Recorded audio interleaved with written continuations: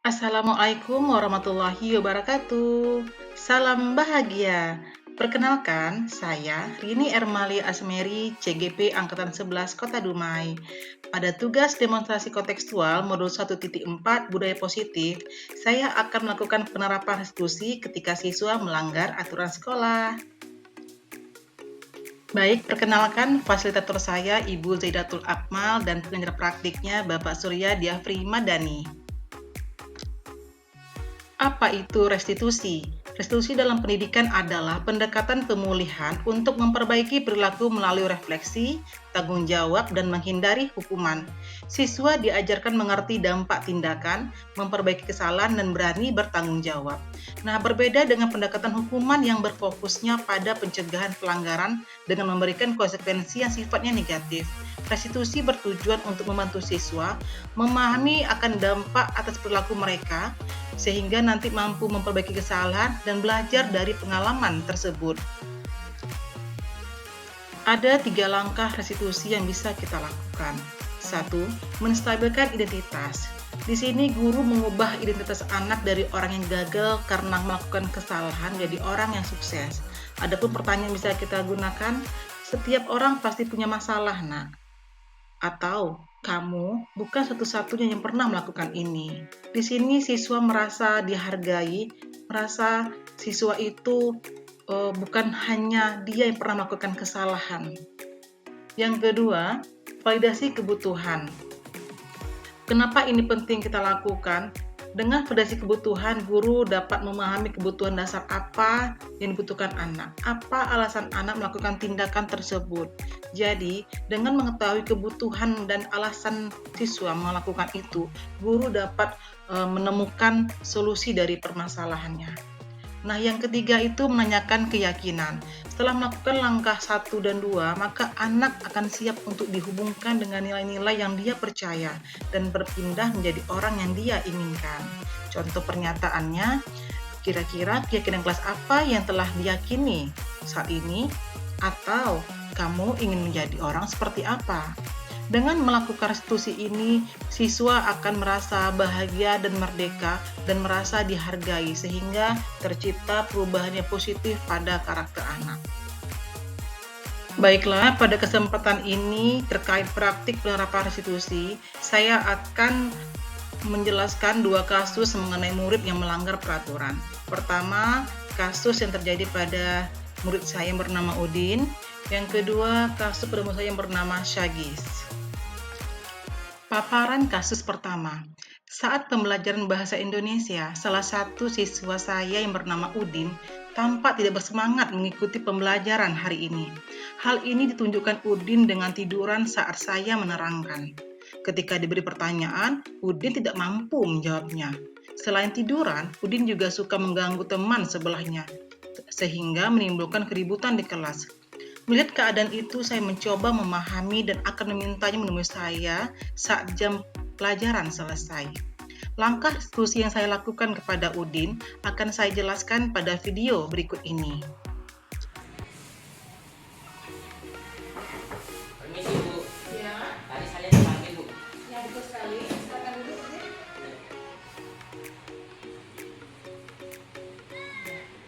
Gimana kabarnya hari ini? Sehat, Bu. Sehat ya.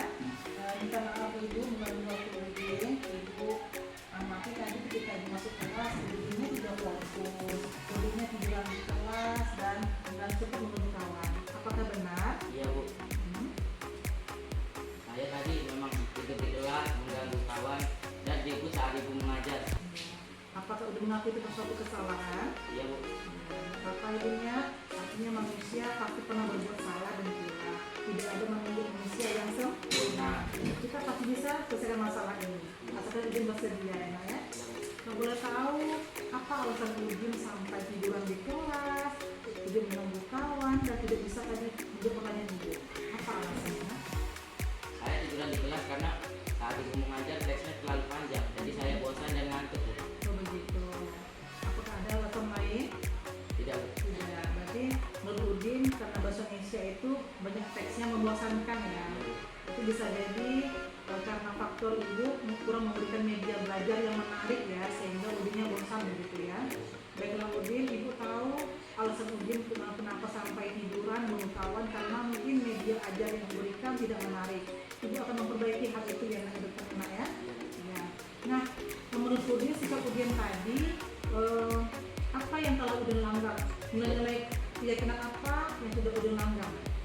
Saya melanggar sikap disiplin, mengganggu guru, Tidak menghargai guru. tidak menghargai guru, dan tidak tertib saat guru mengajar. Oh begitu ya. Berarti Udin yakin, Udin tahu telah melanggar nilai-nilai keyakinan kelas ya, seperti tidak disiplin, tidak menghargai guru ya, tidak menghargai teman juga ya. Nah, tadi kan menurut kawannya kan? Ya, Bu. Iya.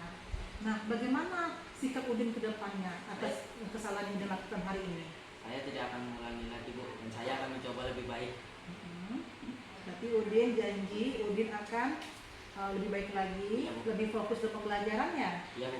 dan akan lebih disiplin begitu. Iya, Bu. Ya, berarti itu janji Udin ya kepada diri sendiri dan kepada Ibu ya.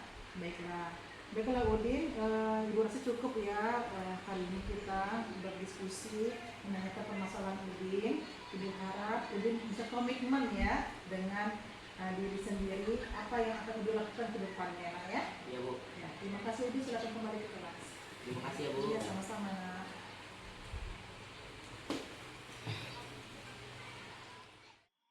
Berikut ini respon siswa saya yang bernama Udin ketika saya melakukan pendekatan restitusi dalam penyelesaian masalahnya. Ya, awalnya saya merasa malu ketika saya ditegur karena sikap saya. Saya sering tertidur saat pembelajaran. Bahkan ketika bosan, saya mengganggu teman. Saya pikir saya akan dihukum Bu Rini dan dipermalukan di kelas. Namun, Bu Rini meminta saya menemuinya dan mengajak saya bicara secara pribadi dengan pendekatan restitusi. Saya merasa lebih dihargai dan dihormati.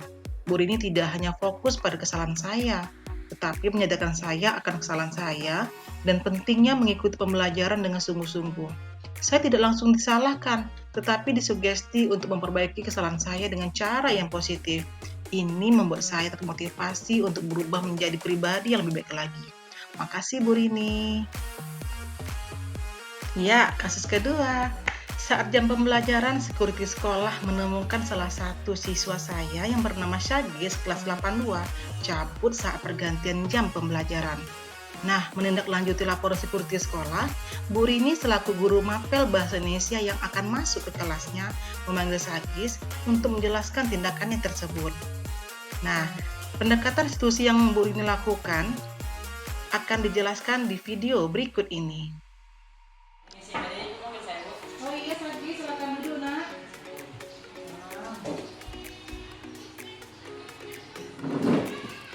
Syagis, gimana kabarnya hari ini? Agak pusing kepalanya. Kenapa sampai pusing? Dulu bola, begitu ya. Oke, tadi juga pelaporan dari tim keamanan dari security sekolah kita, tadi cabut dari sekolah. Apakah benar? Benar sekali ya. Tapi masa itu satu kesalahan karena cabut saat jam sekolah ya. Oke Syagis, Ibu maklumi ya, karena apa? Setiap manusia pasti pernah berbuat salah, termasuk Ibu juga pernah berbuat salah. Tidak ada manusia yang sempurna dan pasti pernah berbuat salah. Nah, Syagis ini nggak menyelesaikan masalah ini ya. Kalau boleh tahu Ibu, apa alasan Syagis cabut dari jam pelajaran? Karena pusing.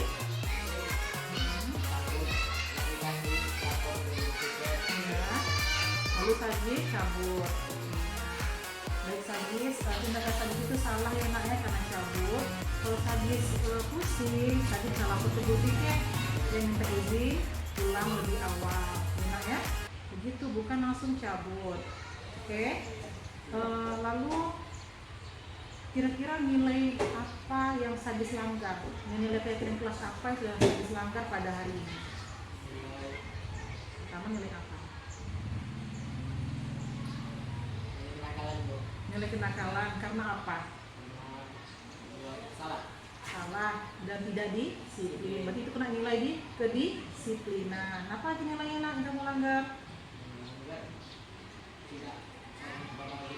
Tidak sopan dengan guru piket. Karena apa? Sadis seharusnya tadi itu ketika pusing, Sadis lapor dengan guru piket, izin pulang. Tapi Sadis tidak kan? Langsung main pulang aja, ya. Jadi tidak menghargai guru piket, ya. Nah itu dia. Nah, apa tindakan Sadis ke depannya atas masalah hari ini? Sadis akan berbuat baik. Apa lagi sayang? Saya harus sopan kepada guru. Sopan kepada guru, menghargai guru, ya. Ketika ada masalah ceritakan dengan guru, oke? Nah, apa lagi? Nah, nilai apa lagi? Depannya saja akan bagaimana? Tanggung jawab, akan berbuat baik lagi. Sadis mau berubah jadi lebih baik, mau. Nah, Sadis janji dengan ibu, Sadis akan menjadi pribadi yang lebih baik. Pribadi yang bagaimana? Disiplin, hormat kepada guru, sopan, apa lagi?